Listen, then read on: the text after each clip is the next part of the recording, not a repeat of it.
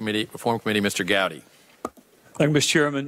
Agent Strzok, the FBI investigation into potential Russia collusion with the Trump campaign began on July 31st, 2016. You drafted the originating document. You approved the originating document. You were the point of contact on the originating document, and the FBI has represented to Congress that nothing from an investigative standpoint with respect to Russian collusion and the Trump campaign began before July 31st, 2016. But 10 days before the investigation even began, 10 days before you drafted the originating document, approved the originating document, was the point of contact on the originating document, 10 days before the investigation began, which the department you work for says nothing was done before July 31st. You said Trump is a disaster. I have no idea how destabilizing his presidency would be. And because you struggled a couple of weeks ago with a word that I thought had a commonly accepted definition, I'm going to go ahead and give you the definition of destabilizing. The first one kind of is obvious. It's to make unstable. The second one caught my attention, the second dictionary definition. To cause something such as a government to be incapable of functioning or surviving. That's a pretty significant allegation to make 10 days before you even began to investigate someone. So that was before July 31st. I want to ask you in that first week, we'll go ahead and up it to 8 days, between July 31st and August 8th, how many interviews did you conduct related to the alleged collusion between Russia and the Trump campaign?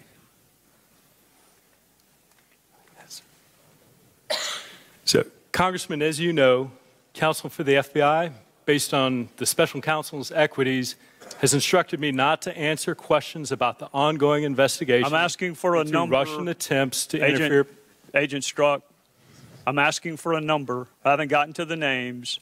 How many people had you interviewed between the beginning of it on July 31st and August the 8th? It's an 8-day time period. We're a week into an investigation. How many people had you interviewed? Congressman, I understand your question. I appreciate it, and I would very much like to answer. But as I've stated, as you know, that counsel of the FBI, based on the special counsel's equities, have directed me not to answer any questions about the ongoing investigation into Russian attempts to interfere. The gentleman will suspend and the clock will suspend. Mr. Strzok, you are under subpoena and are required to answer the question. Are you objecting to the question? If so, please state your objection. Mr. Chairman, I object. The gentleman does not have standing to object. A little while. I didn't ask you the content of those interviews. I didn't ask you the names of who you interviewed. I asked you whether or not you interviewed anyone from July the 31st until August the 8th. And I find it interesting that the FBI will tell us no interviews were conducted before July 31st. That apparently doesn't impact an ongoing probe. But between July 31st and August 8th, it does. Here's the good news. I already know the answer to it. I went and looked at the file. The first interview that I can find is on August the 11th of 2016, which is 11 days after it began, which makes me wonder, on August the 6th, so you hadn't interviewed anyone, you're investigating this alleged Russian collusion with the Trump campaign. You're the lead investigator. You originated the investigation. You're the point of contact. You drafted the document. And here you are before you've interviewed a single solitary witness saying F Trump. Then that same day, your colleague, Lisa Page, wrote, maybe you're meant to protect the country from that menace. And you responded, I can protect the country at many levels. We're not even a week into an investigation that you originated, approved, were the contact for. You hadn't interviewed a single solitary soul until August the 11th. And you're already promising to protect the country from that menace, Donald Trump. And then on August the 8th, you still hadn't interviewed anyone. You're 8 days into your Russian collusion with the Trump campaign investigation, and you got another text from your colleague, Lisa Page, Trump's not ever going to become president, right? Right? And you replied, no. No, he's not. We'll stop it. By the time you promised to stop him from becoming president on August the 8th, how many interviews had you conducted? Mr. Gowdy, so two answers to that. One, with regard to how many interviews had or had not been conducted, I've been directed by counsel for the FBI not to answer that question. Second, sir, I think it's important to take those texts in the context of how they were written and what they meant. And someone may ask you that question, Agent Strzok, but I didn't. I asked you how many people you interviewed before you wrote it. If you want to get into context, let one of my other colleagues do that with you. Here's what I want to know. Who's the he and he's not? He is then candidate Trump. So when you said, no, Donald Trump's not, in connection with the question, going to become president, what's the it? Chairman Gowdy. We'll stop it. Chairman Gowdy, that text needs to be taken in the context of I'm asking, look, if you want to have a debate over a two-letter word, we're going to have to do that some other time. What and who did you mean by it? Mr. Gowdy, as I've stated, that text was written late at night in shorthand. I don't care when it was written. I don't care whether it was longhand, cursive. I don't care about any of that. I want to know what it meant, Agent Strzok.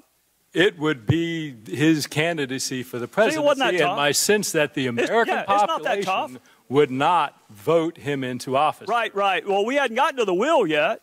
Well, I'm trying to cut to the chase and explain the text. The will is the American people. Is that right? That's your testimony. The will stop it. You were speaking on behalf of the American people. Is that correct? Mr. Gowdy, what my testimony is and what I said during extensive asking of this question during my prior interview is I don't recall writing that text.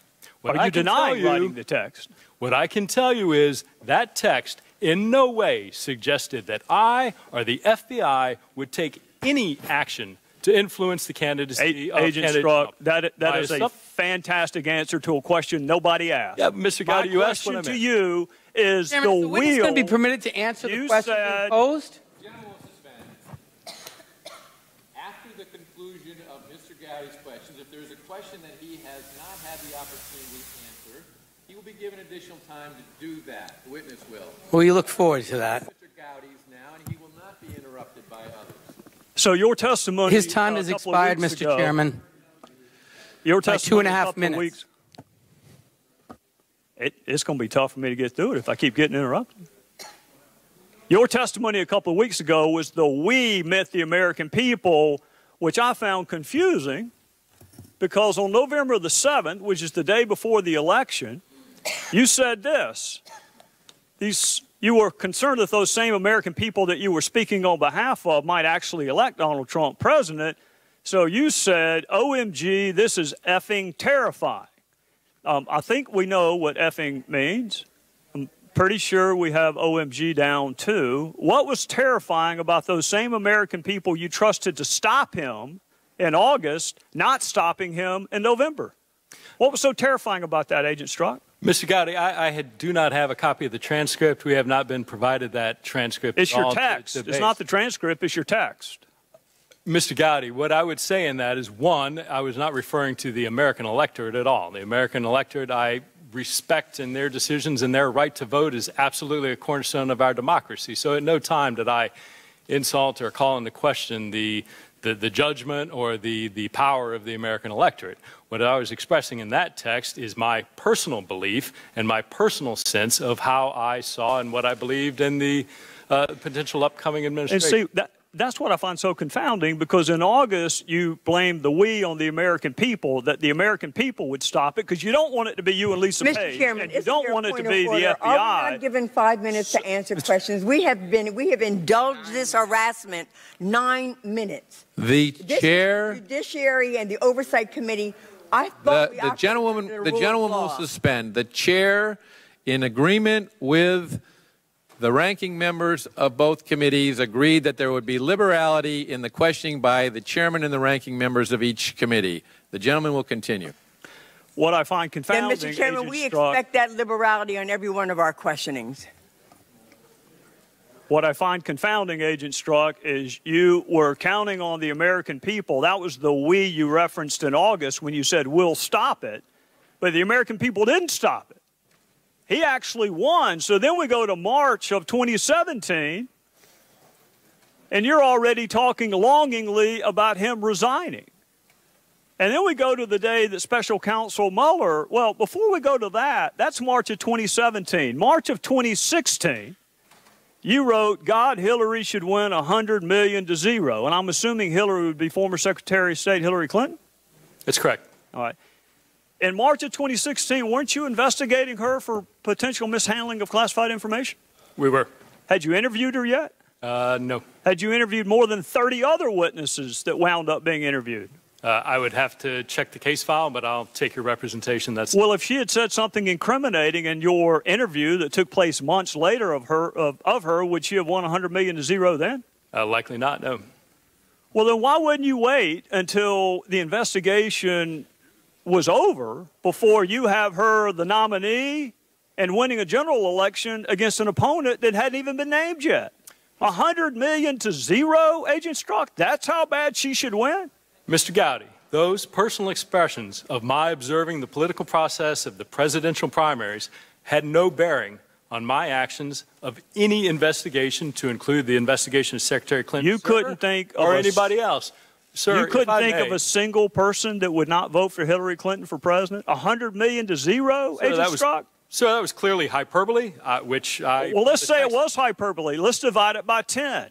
How about we say it was hyperbolic and divide it by 10? 100 million divided by 10, I'm pretty sure is 10 million. 0 divided by 10 is still 0. You couldn't think of a single solitary person that was going to vote for her for president before you interviewed her and while you were supposed to be investigating her. Congressman, clearly that's not the truth. Clearly I could envision millions of Americans who are likely and did vote for then candidate. Well, you wrote it. My point, sir. Did you write it? Did you write that? I did write that, sir. Okay. Were you under duress? Political expression engaging in hyperbole. Were you under duress? Asked and answered over and over again. The gentlewoman will suspend. The gentleman from South Carolina controls the time.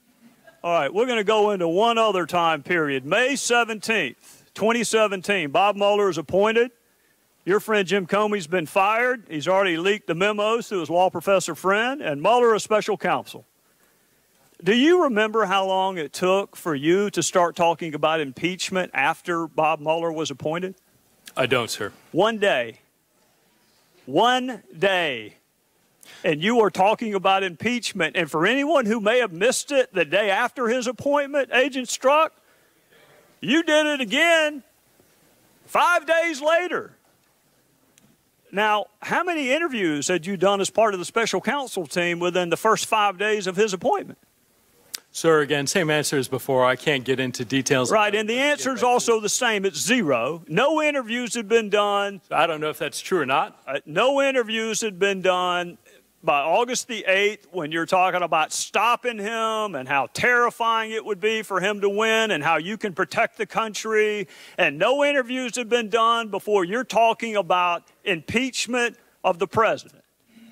But no wonder Chairman, Bob Mueller kicked you off of the investigation, Agent Strzok. My question is, if you were kicked off when he read the text, shouldn't you have been kicked off when you wrote them? Not at all. Well, it wasn't the discovery of your text, Mr. Strzok. It was the existence of your bias that got you kicked off. No, Mr. Gowdy, it wasn't. I do not have bias. My personal opinions in no way. Well, then why did you get kicked off? Why'd you get kicked off? Mr. Gowdy, my understanding of why I was kicked off was that based on understanding of those texts and the perception that they might create is something that hang on a second, Agent Mueller Strzok. Hang on a second. Extraordinary Perception. integrity. You're saying it was the perception. There are 13 Democrats on the special counsel probe, including one who went to what he hoped was a victory party. That's a perception problem, too. They weren't kicked off. You were. Why were you kicked off? Mr. Gowdy, I cannot speak to Special Counsel Mueller's How long staffing did you talk to decisions him? or the reasons why he did or didn't. How long did you talk to him when he let you go? Witness answer the question. Witness will be afforded the opportunity to answer the question if there is a question he wants to answer after Mr. Gowdy's time. My recollection, it was a short meeting, somewhere between 15 to 30 minutes, probably around 15 minutes. And your testimony is Bob Mueller did not kick you off because of the content of your text. He kicked you off because of some appearance that he was worried about. Sure. My testimony, what you asked and what I responded to, was that he kicked me off because of my bias. I'm stating to you it is not my understanding that he kicked me off because of any bias, that it was done based on the appearance. If you want to represent what you said accurately, I'm happy to answer that question, but I don't appreciate what was originally said being changed. I don't give a damn what you appreciate, Agent Strzok. I don't appreciate having an FBI agent with an unprecedented level of animus working on 2 major investigations during 2016. The chair recognizes the gentleman from Maryland, Mr. Cummings. Oh, point of order, Mr. Chairman, can I respond to answer the questions that you promised him he would have an opportunity to answer?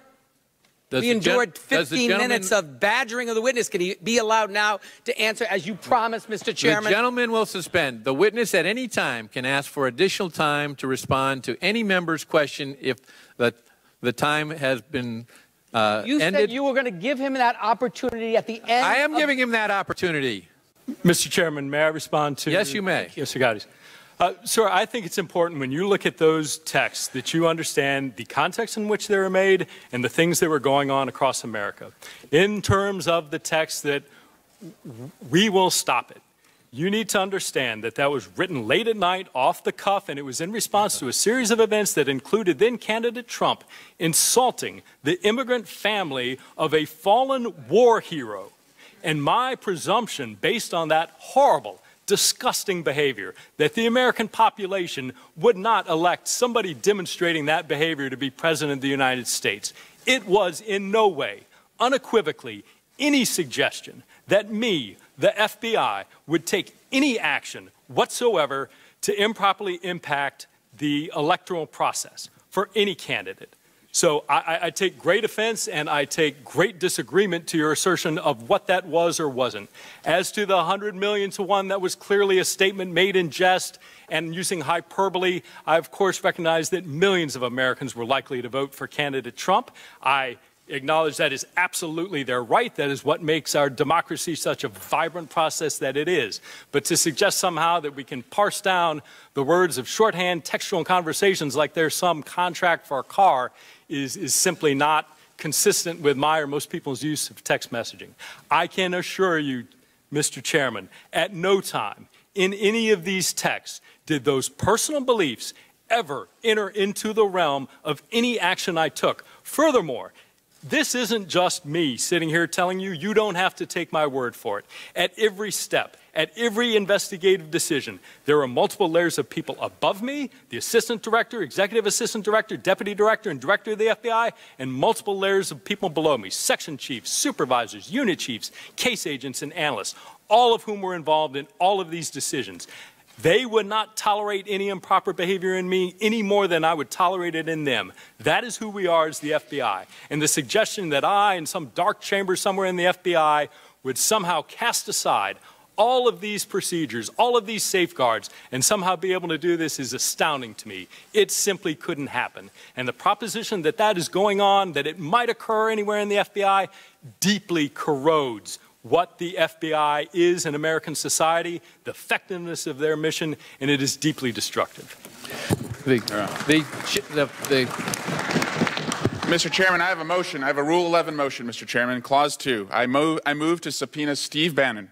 Mr. Bannon was a witness in the House Intelligence Committee investigation. Agent Strzok, between July 31st, 2016 and August 6, 2016, how many witness interviews did you conduct as part of the Russia-Trump campaign alleged collusion investigation? I don't recall, and I'd have to check the case file. We waited all that time for that answer? Yes, sir. That's eerily similar to what you said a couple hours ago. Sir, I am telling you, and I would reject the characterization that I refuse to answer anything. I want to answer these questions. Well, I'm going by the direction that I received from the FBI. I just asked you one, and I'm looking for a number. Sir, and my answer is... I'm looking for a number. I do not know without the opportunity to check the case file. You don't recall in the first week of an investigation that you originated, approved, or the contact person on, you don't recall how many witness interviews you did in the first week? Sir, I remember that there were interviews conducted. I do not know when they fell on a calendar to be able to tell you whether they were in any set of date or the other on something that was occurring in the context of a myriad other responsibilities. When's the last time you looked at the file, Agent Strzok? Probably going on a year. For those of us who happened to look at it yesterday, would you disagree that the first interview took place on August the 11th? I don't know, Congressman. I cannot answer that. Well, prior to July 31st, 2016, how many witness interviews did you conduct as part of the Russia-Trump campaign alleged collusion investigation? None. So none before July 31st, which would be none at the time you said what you said in that text on July 21st. I don't understand the text you're referring to. Point of order, Mr. Chairman. This is on our time. Well, no, there are two more questions he didn't. Right. He wouldn't answer. Agent Strzok, between May 17th, 2017 and May 18th, 2017, how many interviews did you conduct as part of the special counsel team? No, we could challenge the I don't believe I conducted any. Between May 17th, 2017 and May 22nd, 2017, how many witness interviews did you conduct in that 5-day period? Well, so you just went back a year from 2018 to 2017, and I don't know. 2017, May 17th, 2017, Okay. May 22nd, 2017. Yeah, I believe you may have said 18, but 17, I don't know. Whether I did or not, it's the 17th, 2017. Fair enough, and I don't recall. Well, Chairman, I appreciate you letting me make that clear. And again, the context, when you would not answer it, was you used the word impeachment on May the 18th, 2017, and you used the word impeachment on May the 22nd, 2017. And your testimony is you can't recall a single interview you would have done as part of that investigation that was supposed to lead to impeachment. And I think that line of questioning, I'm glad the FBI finally realized it, albeit a couple hours too late. When you are prejudging not just a result, but a punishment, which is what impeachment is, when you are prejudging the conviction and the sentencing, when you have not conducted a single solitary interview, I'm sorry, Agent Strzok, but that is letting your bias impact your professional judgment. Thank the gentleman from Iowa. Agent Strzok, do you have your text in front of you? I do not. Can you, well, let me read one to you, and you tell me whether or not you recall saying this. On May the 18th, 2017, who gives I'll give you a hint, it starts with F, one more AD versus an investigation leading to, guess what that last word is? Sorry, I recall the text. It's impeachment. Impeachment. The day after Mueller was appointed. How about on May the 22nd? Do you remember that text? Do you have that one in front of you? I do not. Well, here, let me see if this refreshes your recollection. This is you in response to something Lisa Page sent you. I'm torn. I think, no, I'm more replaceable than you are in this. I'm the best for it, but there are others who can do it. Okay, you're different and more unique. This is yours, plus leaving an SC, having been an SC, resulting in an, guess what that next word is? I'm sure you've got it, sir. No, well, you wrote it. Are you asking me what it is? Yeah, what is? What do you think it is? I don't need to guess. Impeachment, sir. Impeachment. 5 days.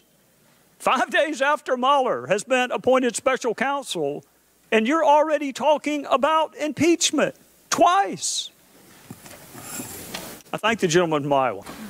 I thank the gentleman from North Carolina. Agent Strzok, on March the 14th, 2017, I think we're, a couple of months into the presidency?